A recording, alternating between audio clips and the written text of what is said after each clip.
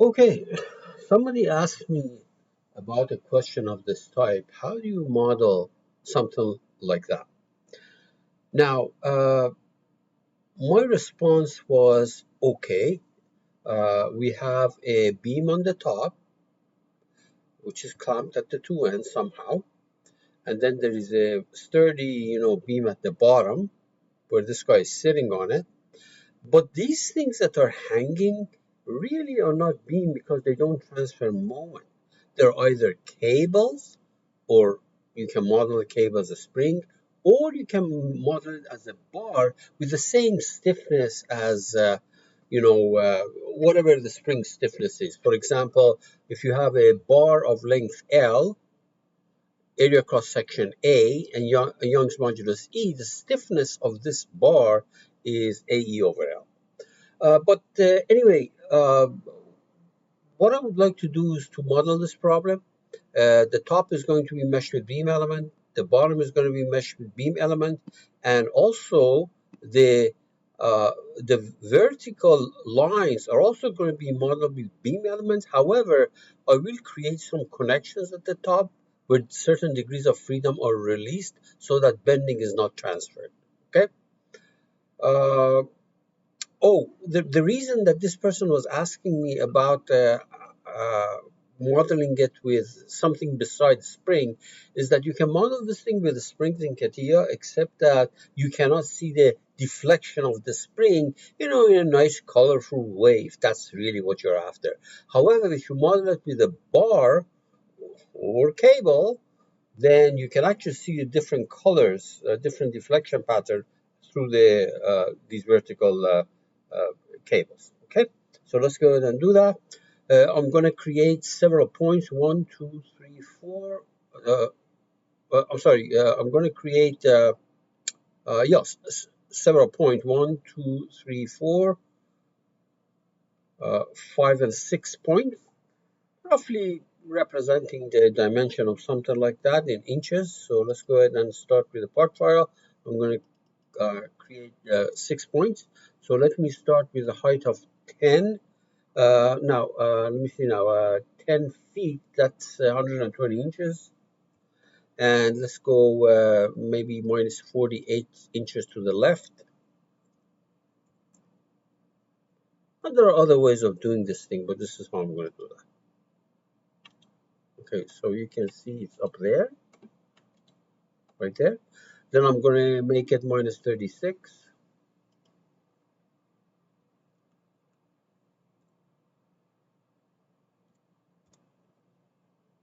Then I will do plus 36. And then 48 plus 48. Okay, and then I'm going to make z of 0. And let's see now. So plus 36 and minus 36. 36 and minus 36.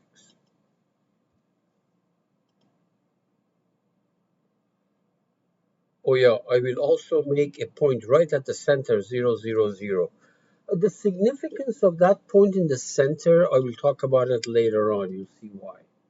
Okay, so let's create several lines here. Line from here to here,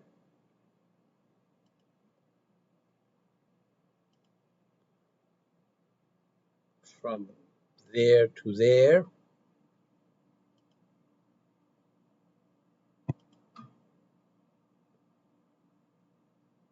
from this point to this point,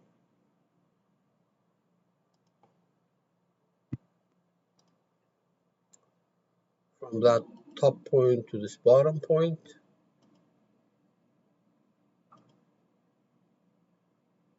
from this top point to this bottom point. Oh, and from this point to this point,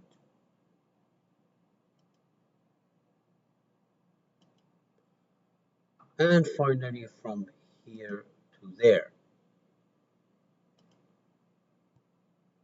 Okay, okay, and then cancel. We got our lines. Now, I want, because these three pieces have the same cross-sectional area, okay, I will join them. But joining stuff is not in part design, so I'm going to go to generative shape design, and you're going to see the join. There's the join. So I'm going to join to make my job easier.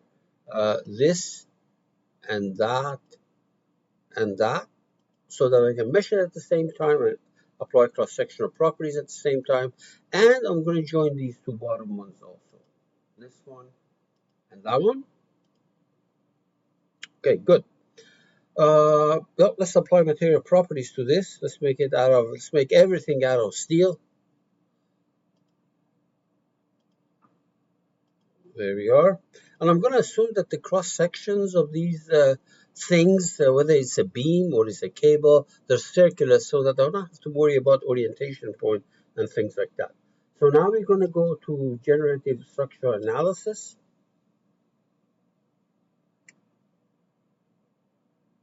Okay, static analysis. We're going to mesh these things. So beam elements. For example, that entire thing is going to be meshed at the same time, 1 inch. So there's going to be, like, if you look at this distance between these two is 12 inches. So there's going to be 12 elements here, etc. So there. And I'm going to do also the bottom one.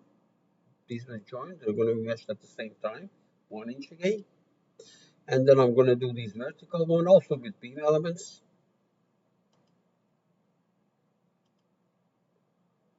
And this also with beam elements. Okay, good.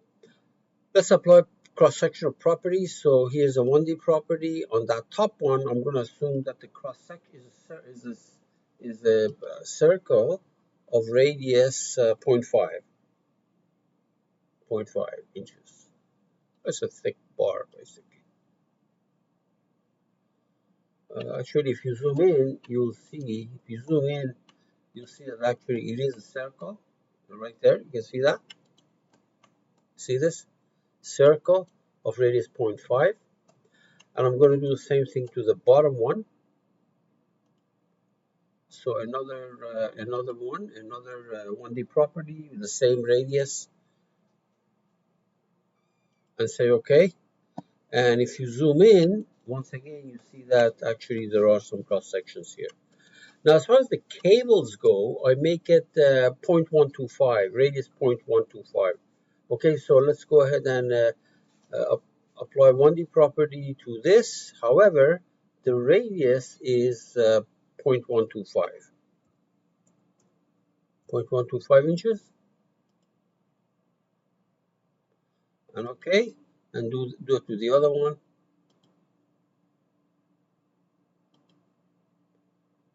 And say OK. Now, it is there, except that you have to zoom in to see it. Somewhere there, right there. There's a circle of radius 0.125. Okay, good. That takes care of this. All right, now what I'm going to do is create connections between the vertex of this line and the point that is on the horizontal line on the top. So let me actually hide all these points. Let me hide this. Okay, let's go and start here. Create a connection. I want to select the top of this part, the top of this line, except that it's kind of hard, so I'm going to hide this. And I'm going to select this point. And for the second component, I need the guy that I hit. So we go here. I want this point. So let me hide. Make sure you hide the point. You need to select the vertex, not the point, right there. So that's my first connection, and you repeat this process for the other one. So while I'm here in the hidden zone, let me hide this point. Do another connection between this point. See, the order is not important. For the second component, now I go to the show mode, and the hide the point. There's a point here.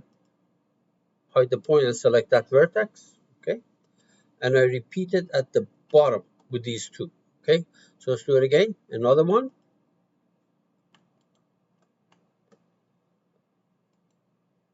Hide this. and hide this point, by the way. Okay, let's hide this guy. Select that vertex, and for the second point, go to the hide space, hidden space, hide this point, and select that. There's one more connection that I have to do, and I can do it right here while well, actually, let's go to the show mode right there. Let me hide this guy, and another connection, the final connection between this point and for the second component. Let's go back there, hide this, and select that point. Okay, so let's see what we got here.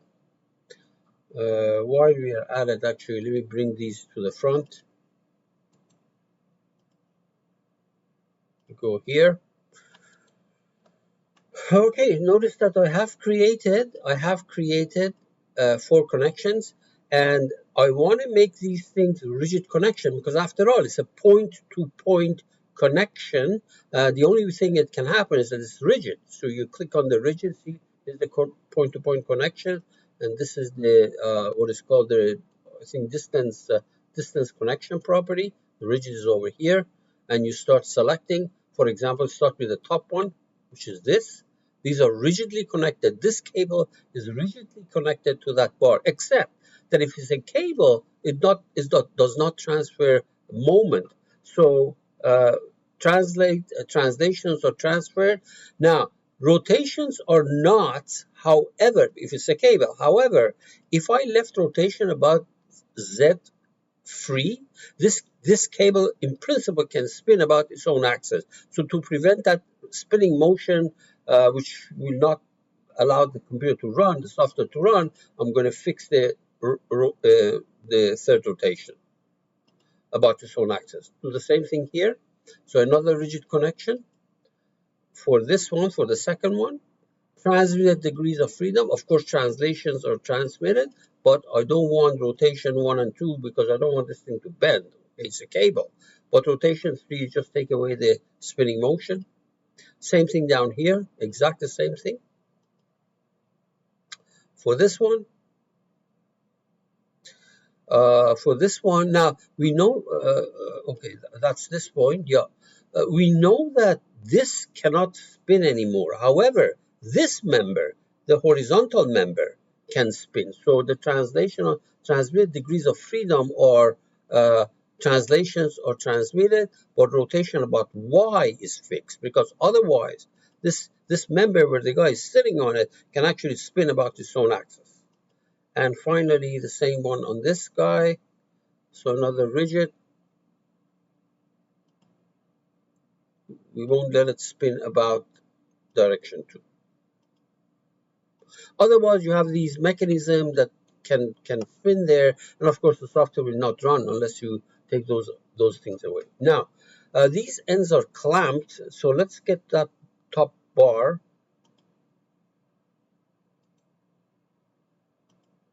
Let's get that top bar. Hide these points. Do not put the clamp on these points. You have to put it on the vertex.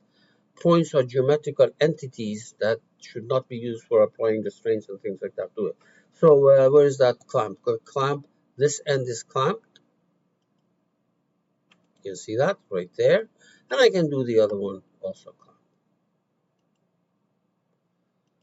Now, we are assuming that there is a load applied to this, okay?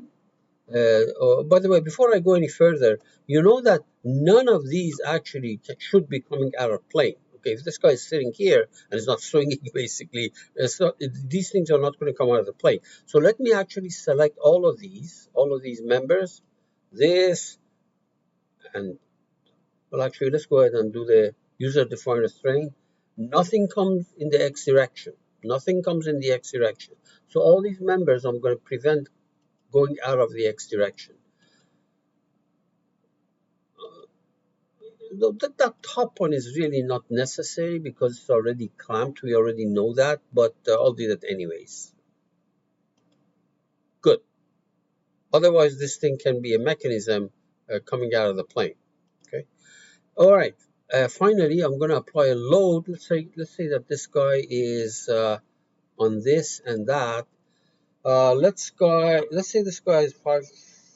Oh, we put a load of 500, 5,000 pounds. Okay, on both of these. So 5,000 pounds. That's a lot of load. Okay, that's fine. Negative 5,000. Now, if I if I run this, you'll see that it will bomb out because it can swing to the side. It can swing sideways. So let's run it.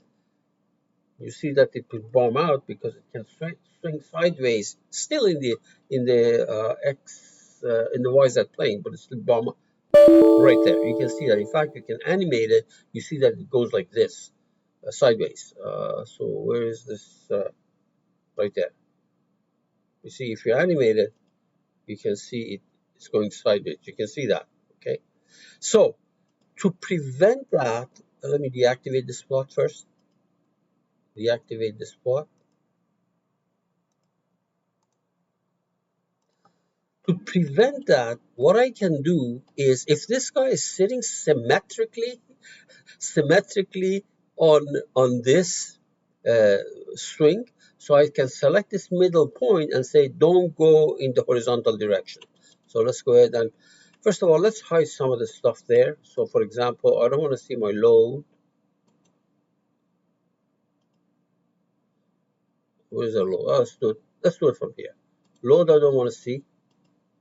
Good. This restraint I don't want to see. That was I believe, the second restraint. Yeah. Hide this. Okay. And hide the point. We can't put the restraint on the point. So I'm going to say a user-defined restraint in the direction Y, that point. Now, I could have done it to this point. The problem is that if you do it to this point, this string is not going to, these cables are not going to deflect symmetrically. Okay, there is going to be less deflection. If you prevented this motion sideways here, instead of putting it in the middle, you see that there's less deflection there than the other cable. So this, putting it right at the middle, will give you identical deflection for these two because of symmetry. Let's run it. It will work fine.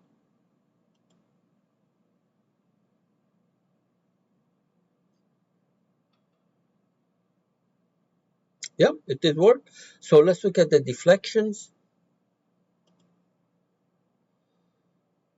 17 inches. That's a lot of inches. Uh, these cross-sectional areas were probably too small, but for the cable, specifically for the cable, probably was too small to put 5,000 pounds on it. Actually, it's more than 5,000. It's 5,000 on this, 5,000. No, actually 5,000 on the whole thing, right? But anyway, so let's go ahead and see. We can either make the cable thicker or the load smaller, but really that's not the point. The question was, how do you do this? That's all. So let's go there. Under visual average ISO, and if you look at the view from the front, because essentially this is a two-dimensional problem. Let me make it smaller, and you can animate it right there. Now you might say, well, why are these all blue? Because these are so much smaller compared to those that you can't even see the variation of the color. So we say, fine, no problem. Close it. Open up the translational displacement. On the selection, just do mesh 3 and 4. Mesh 3 and 4 are those cables. Okay, so just do mesh 3 and 4 there. Okay. Now, of course, you can see that the cable stretched by 1 inch. Symmetrically. If I had done that restraint in the middle at this location, it would have run, except that there would have been less deflection here than that. So I hope that answers the question that was raised by the person that talked to me about this. Good luck.